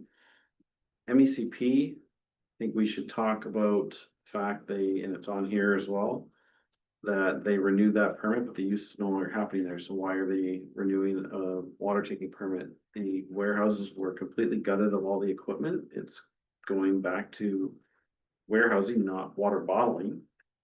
So, that was gonna be some of my comments with the correspondence item, but I'm sure, I think we should put in for that and say for 20, because the permit expires, what, 2026? So the question will be, does MECP approve water taking permits when there's no longer a use on site? Please do a site Sure. visit. That's fine. Yeah, And then, sorry, and your component was contaminated soil, we know there's contaminated soil on site. And the owner continually stalls or is insolvencies on packing up type of thing, and there's a big bill to pay for it. And obviously, we can't afford to some of these big bills. Is there an opportunity that some of the province would help us out on this sort of thing? help us, or just was that No, thing they no. were gonna do, that Well, consent order? well, let's put it this way, they, No, I agree. yeah, I'm just saying that it wasn't, our due diligence that caught it, it was happening and, Mhm. um, Yeah, those two great points. The reclamation is prohibitively expensive. Yeah. Something we can afford to do. So then it's abstain. yeah, and, just what happens to ground. Back to you.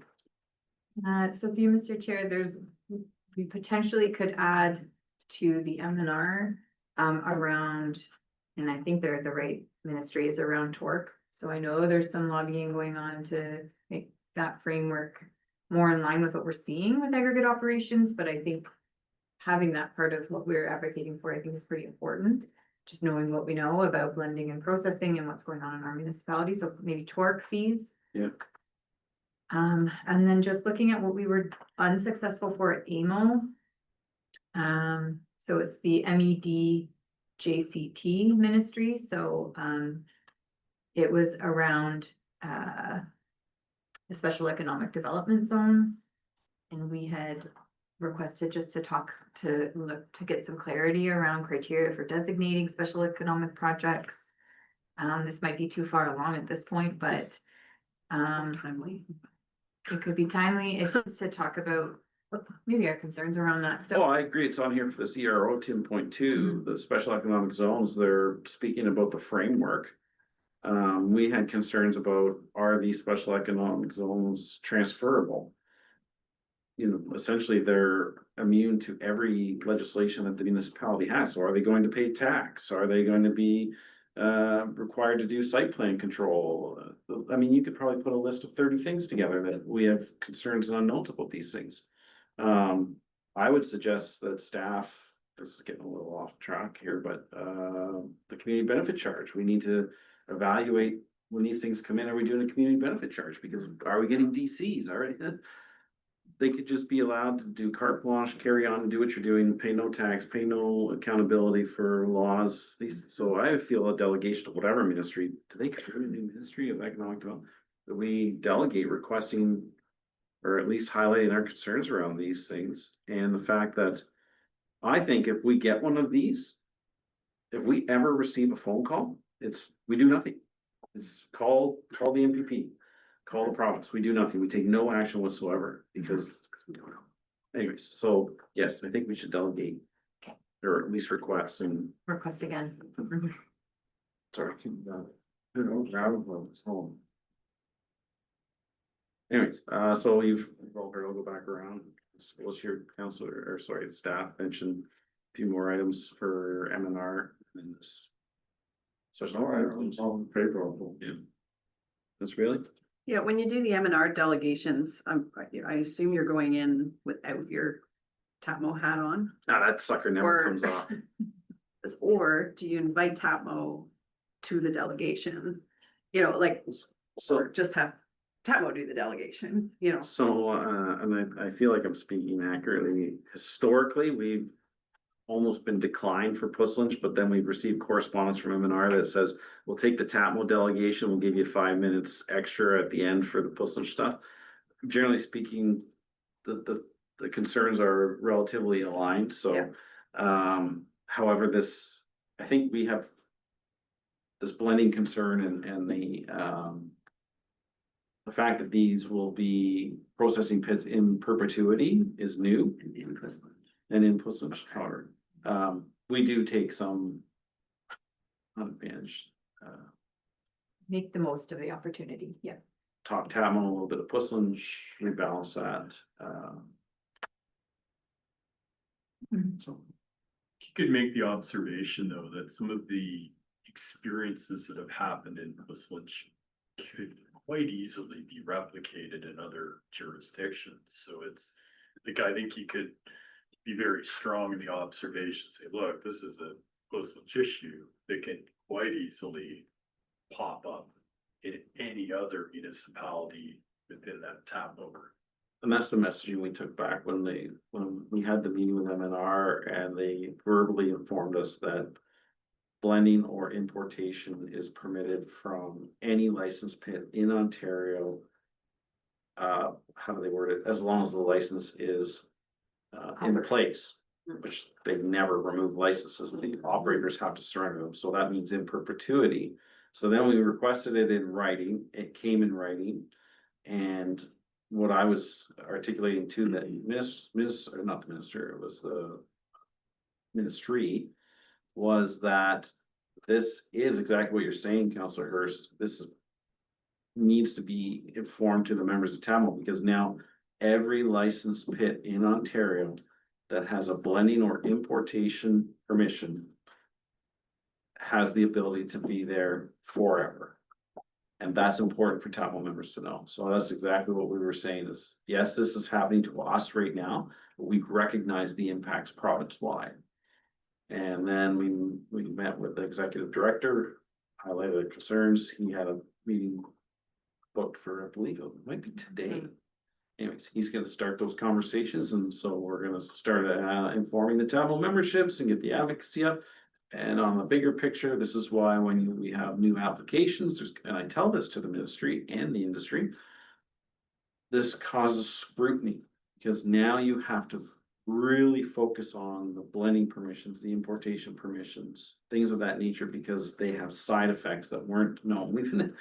Courtney and I were talking about this. All we're trying to find out is the rules of the game that we're playing in, and here we are, a municipality that's had aggregate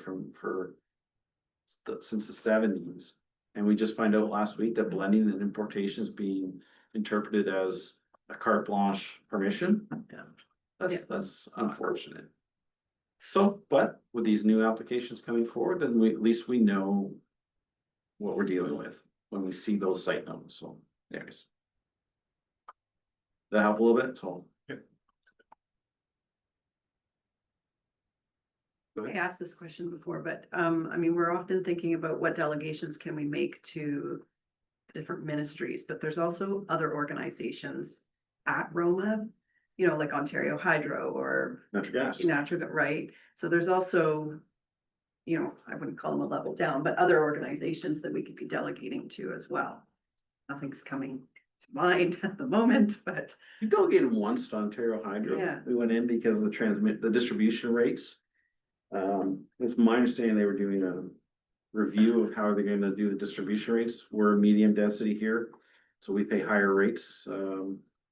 The power goes right through our community and goes to Guelph, so I'm not sure how, I get it, so you have to have some prohibitively high amount of density that Pusich will never see to get the urban rates, and so we have delegated to them. Natural gas, where we've been a proponent of natural gas expansion. But, where else? Omers, have we delegated to Omers? No, with MMH. Through Mr. Chair, I think we put in an unsuccessful delegation on that. Yeah. I think that was probably okay because if we put it into the wrong ministry, so MMH, if you want to do it in the future, yeah. Didn't we do it MMH? And they said finance? I think we put it into the Minister of Finance, who it's not correct, and it should be MMH Okay. because it was a mix up. I remember there was a mix up, but I thought we were actually right once the review came out. MMH told us no, and then they're doing the governance review, and it's under MMH. That's my recollection, but anyhow, I don't think we need to delegate on Omers, but if you have a couple suggestions, Councillor Bailey. Yeah. just thought it might spark something in the. Elsewhere's. All right, so we have those as staff have reported, right? We move or second for that? Yes, we do. Okay, so all in favor? That's carried. There was 40 out, was that 10.45? Yes. So it's pretty out. We're just cooking along here. We're on the consent or correspondence. Correspondence, yeah. Hamilton Conservation Authority, 2026 draft budget. You get a mover and second to receive that for information, please. Councilor Lewis, Councilor Bailey, any questions or comments? Okay, all in favor? It's carried. Orient Euro 025. Special economic zones. Great. It's just to receive it for information. Give a mover and second, please. Councilor Harris, Councilor Harris, Lewis, comments? Well, you mentioned in the previous discussion that this is a concern. We don't know what it is. Is it transfer? Is it gonna happen here and go there and come back? It's open until November 16th. I know staff have a council meeting scheduled for November 19th, so we'll be missing that. Have any inputs, but I thought you trying to get it to the ministry last time was more appropriate venue, but obviously they ignored you and hunted it back to us. Yeah, I would be supportive of staff penning something and submitting it. And I'm sorry to jump again, Councilor Bailey. No, keep going, I'd like. to- Yeah. Everything we spoke of earlier, there's so many unknowns. It's very concerning when the first line or paragraph says the criteria for designating zones, projects, and proponents to ensure special economic zones advance support and economic activities. Well, everything they do in Ontario, they say aggregate is provincial significance because of we need a road, we need a hospital, we need a bridge, and now we're gonna have. We have 35 operating pits, we're gonna have 35 special economic zones in the township. That's unacceptable. So we need clarity. I think staff have a pretty good understanding of our concerns. What are your thoughts?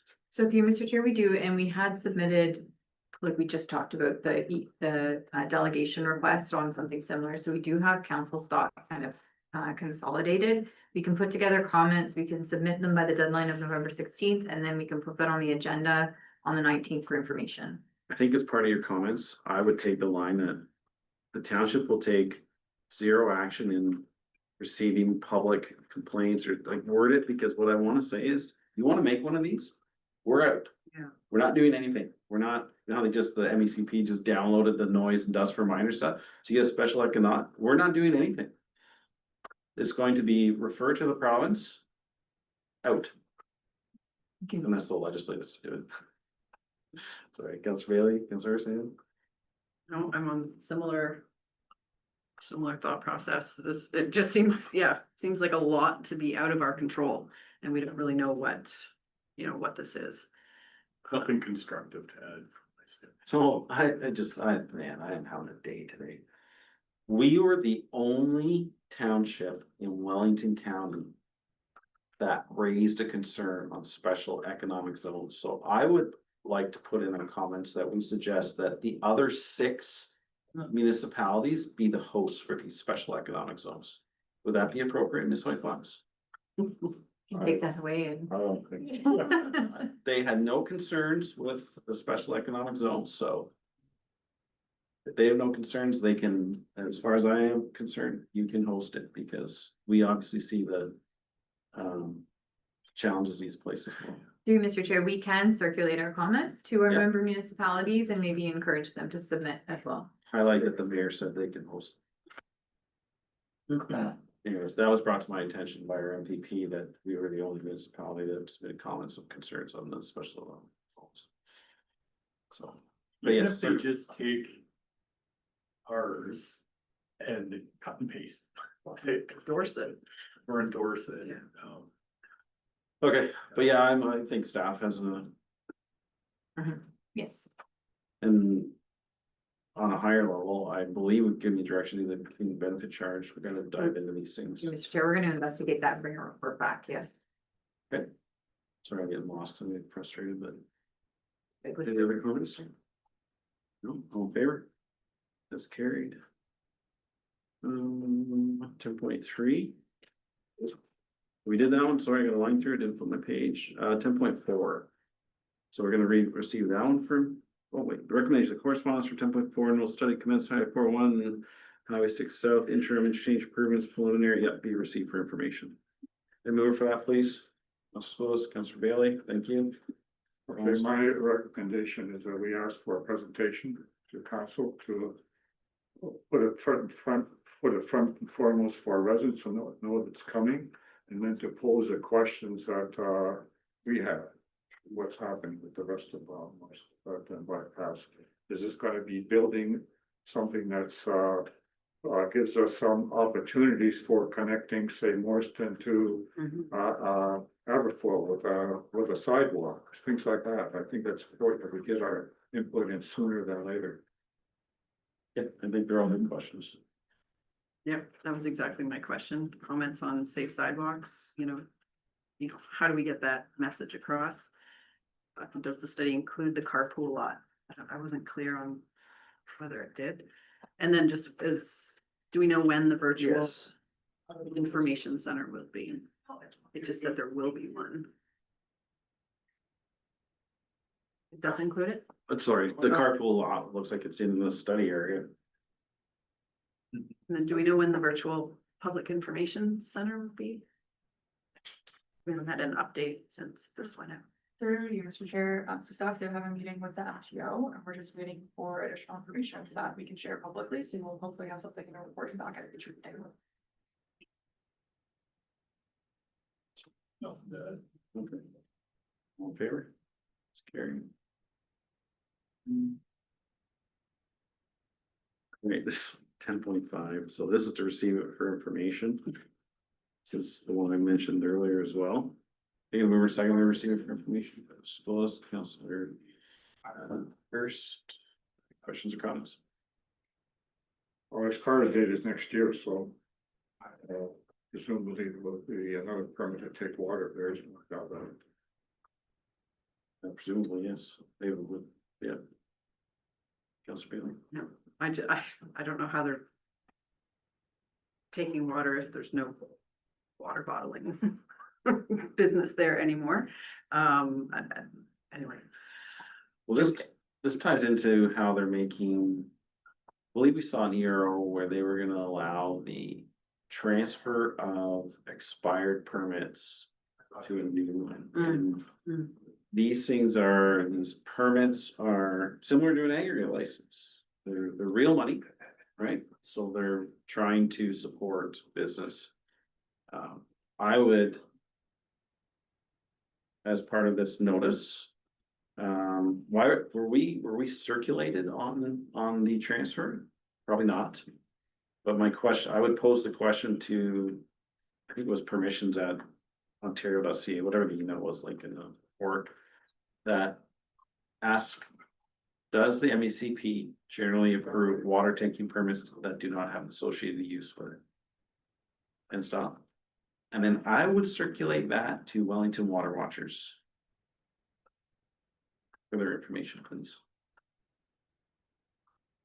And I don't know that they know that that permit's been renewed and that the manufacturing or the actual bottling has been removed from the site. Their name was on the list of Was it? people that, they're to contact about. Like interference protocols or something like that. Oh, sure, but that's interference, not Yeah. renewals and. No. Okay. No. But yeah, I'd like you to circulate Wellington Water Watchers of our. This renewal. And that, our concerns around renewal when there isn't the associated bottling happening on site any longer. Did say, It's a transfer, Mr. Mayor. No transfer, sorry, not transfer. But why are they transferring a permit that doesn't have associated use to it? Permit should have just been. The renewal will be in 26, which is next year. because the permit holder would host an annual stakeholder meeting. No other information about when that would be, and that there would be publicly accessible internet website to make available technical documentation. So let's ask for all that. When's the stakeholder engagement meeting and when's, where's the data? Blue Triton used to have that all available. Yeah. I don't know if they transferred that to new owners or not. Anyways, these are all good questions. Yeah. Okay, interested, you're good? Okay, all in favor? It's carried. Is this the IESO one? Yeah, regional planning process for. Right? And that one's to receive it for information. Okay, mover and seconder, please. Councilor Spose, Councilor Bailey, questions or comments? Yeah, I understand from staff that, they're suggesting that we, our council attend to that. I was wondering if they have any insight on what will be discussed specifically. Yeah, so through you, Mr. Chair, yeah, staff are recommending that council attend this session. So this is a process that the ISCO has been going through for regional planning. For Kitchener-Waterloo, Cambridge, Guelph, and the surrounding area, and the recommendations that they're putting forward, some of them have direct implications on Whistler. With the recommendations that they're providing for increased electrical capacity. And so staff just feels important for council members to attend and receive that information directly from the ISO. You can push out a calendar invite if you haven't already, please. And the attendance can be virtual as well as in person, right? Through Chair, I believe it's. All virtual. Oh, it's all virtual. Oh, okay. So it's a question, again, is the inference that they're proposing more transmission lines through Whistler? Through you, Mr. Chair, I believe that's one of the recommendations. I think there may have also been a transfer station being proposed, so they'll just be able to detail all of that for council's information.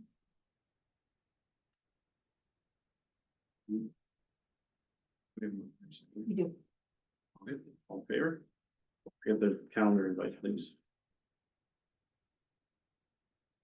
Council reports. What are we gonna talk about, Courtney? Oh. Went to Aberfoyle Public School. Okay. Put it out on my Facebook with spelling mistakes. My wife gave me trouble. Trying to get that out before I forgot. Thank you, Councilor Bailey, for taking a few photographs. We both attended. And this is genuine, I really enjoy that time. It, I don't know why, I like the questions they posed to me, some of them are way off track, which is fine. I was asked what my favorite everything under the sun was at one point there, we had to shut that down, favorite color, favorite dog, favorite kid, favorite. Yeah, that's favorite song, favorite movie, favorite. I like I think- favorite book though. 'cause Yeah, it's favorite like book. Yeah, Yeah. a good one. I think those kids know me better than my wife now, but that's fine. But no, it was really engaging. It was probably an hour and a bit that we were there. Staff came and did their presentation, which was excellent. So yeah, that's, I think, my third time going, so I tried to do that. I had reached out to the youth committee. I'm interested in attending the high school as well. Hmm. Still haven't heard back from them. Hopefully they take me up on their offer. I Yeah. could talk a little higher level with the high school kids versus the grade fives.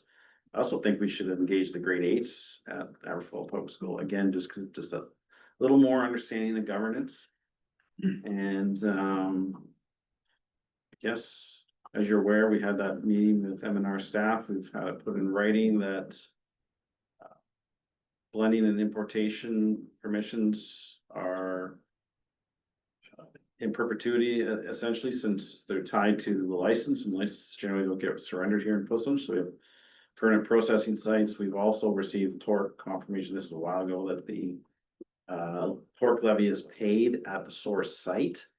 So as the resource is exhausted, you're gonna, in Portland, you'll see those levy payments decline drastically because we'll still be processing it, but we won't be sourcing the material.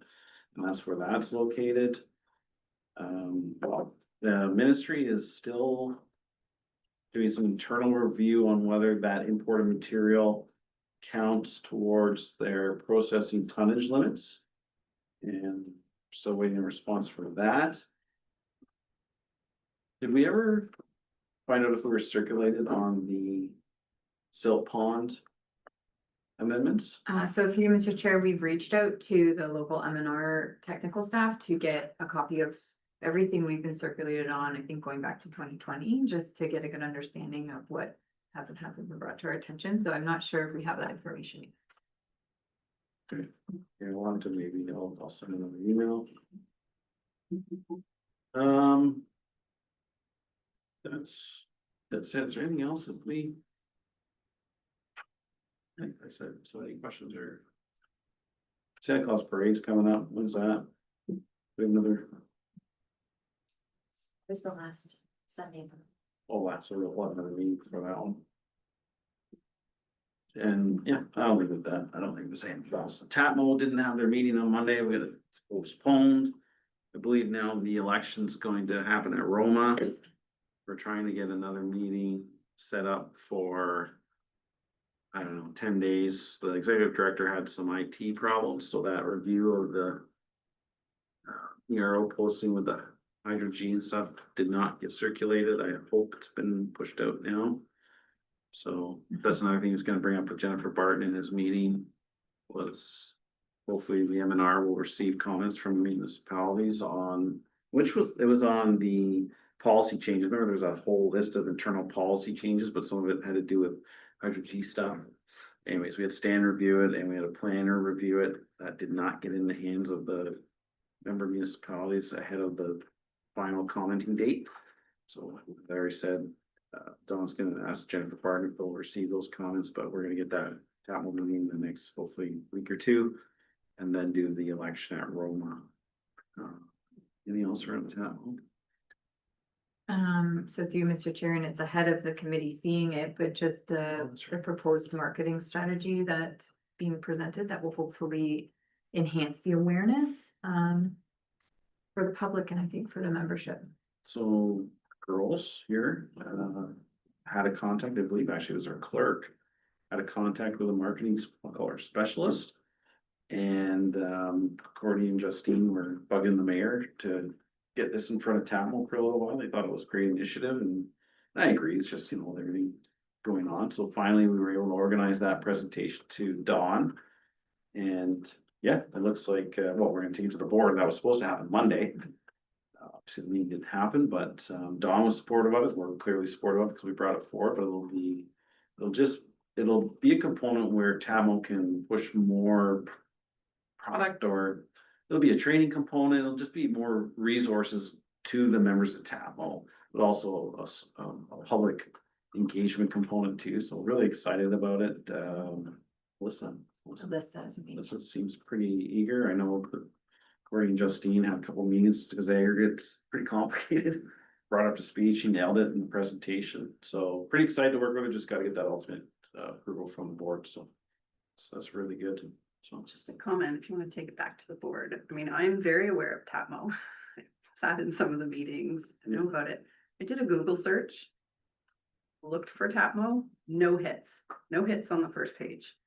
And I'm doing capital, I'm doing it lowercase, like I'm trying to find Tapmo on the internet and it was not coming up. And that's part of what, So I think that's a really important thing to be doing and Yes. bring back to the board there. Through Mr. Chair, part of what she does is the search engine optimization and then, but also like creating those social pages and creating training that isn't, the training right now, if you want to learn about aggregate, it's mostly through the OSSGA. Right. So having sort of a municipal, Lens. yes, Yeah. on that's important Yeah, as well. that would be good. we have some gaps, so we need to fill at Tapmo. But we're definitely working on it. Good. Great. Okay, we were second to receive that wonderful council or mayor report. Councilor Bailey, Councilor Stiles, all in favor. Any council reports? None from me. Signing table. Mr. Bailey, anything? No, I'm gonna take back the, we'll push youth committee, see if we can do some different outreach or different engagement with different age groups. I think that's a good thing. It does have to fit into the curriculum though, if we're doing it in the schools. So In October was it October a week or was it the whole month of local government? It's a week? Yeah. Anyways, yeah. So even, well, yeah, no, next year it'll still fit. But I would go anytime, but yeah, if we can't get into school unless it's part of the curriculum in next year in October. I had just one note from the Conservation Halton meeting. They received a huge grant. They did a lot of fundraising and stuff, but they're redoing the whole boardwalk at Crawford Lake to be an accessible boardwalk. So the construction has started on that and they're pretty excited about that. Down the road, there'll be a whole new, they're called like the education center is also going to be redone. But the boardwalks started and that should be really nice when it's done. Okay. I don't think they've started snowmaking yet. To piggyback on that, I had my first GRCA meeting on Friday, last Friday, obviously. Doing well. It was just, first draft of the budget, which I believe was circulated to us. Seems to be in pretty reasonable shape. Big board. Yeah, it is a big board, 16 members and they do things a little different, so just trying to get used to the little nuances and things like that, but it was good. It's nice welcome from the board and the chair, and it's a good meeting, so look forward to working with them. Sorry, that was include that in the mayor's thing that we just passed before. Okay, anything for Councilor Bailey on the boardwalk or Crawford Lake? That's great. Move to seconder for her report. Suppose Councilor Hurst, all in favor? Carried. Bylaws? Yes. Okay, the following bylaws be taken as read 3 times and finally passed in open council. So bylaw 2025-082 being a bylaw to authorize methods for voting at the 2026 municipal school board election. Bylaw 2025-083 being a bylaw to authorize the entering into an agreement with the Ministry of the Solicitor General. Bylaw 2025-084 being a bylaw to permit the municipality to impose user fees or charges with respect to services or activities provided, related costs payable, and for the use of its property, and to repeal bylaws 076-2024. Bylaw 2025-085 being a bylaw to provide for the approval of a municipal emergency response plan. All right, can I move it, please? Councilor Hurst, Councilor Spillis, questions or comments? Favor? It's carried. Any announcements? Closed session. Okay, the council shall go into closed session under Hold on, section, yep. Do we want a break? Do Do we have lunch scheduled? We could have a working lunch if you prefer, or we could take a break. I like working lunches. Okay. All right, great. So that council shall go into closed session under section 239 of the Municipal Act for the purpose of a confidential report regarding a position plan, procedure, criteria, or instruction to be applied to any negotiations carried on or to be carried on behalf of the municipality or local board, and that's related to a vendor negotiation, confidential report regarding litigation or potential litigation, including matters before administrative tribunals affecting the municipality or local board. This is in relation to potential litigation related to a bylaw violation. And confidential report regarding personal matters about an identifiable individual, including municipal or local board employees, and it's in relation to a human resource matter. And then we have 2 confidential minutes from previous closed meetings. Over, please. Counselor Hurst, Counselor Scholes, all in favor? Carried or closed? Carried.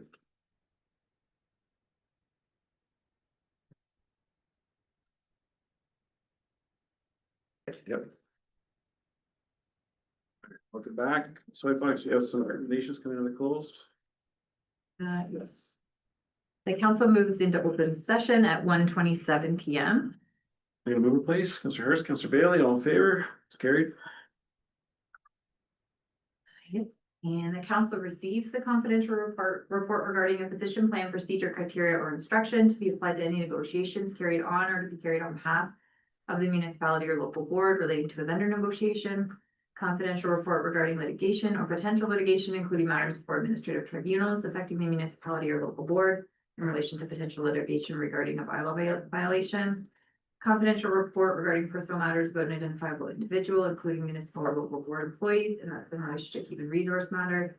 And the confidential minutes from previous closed meetings, and that staff proceed as directed.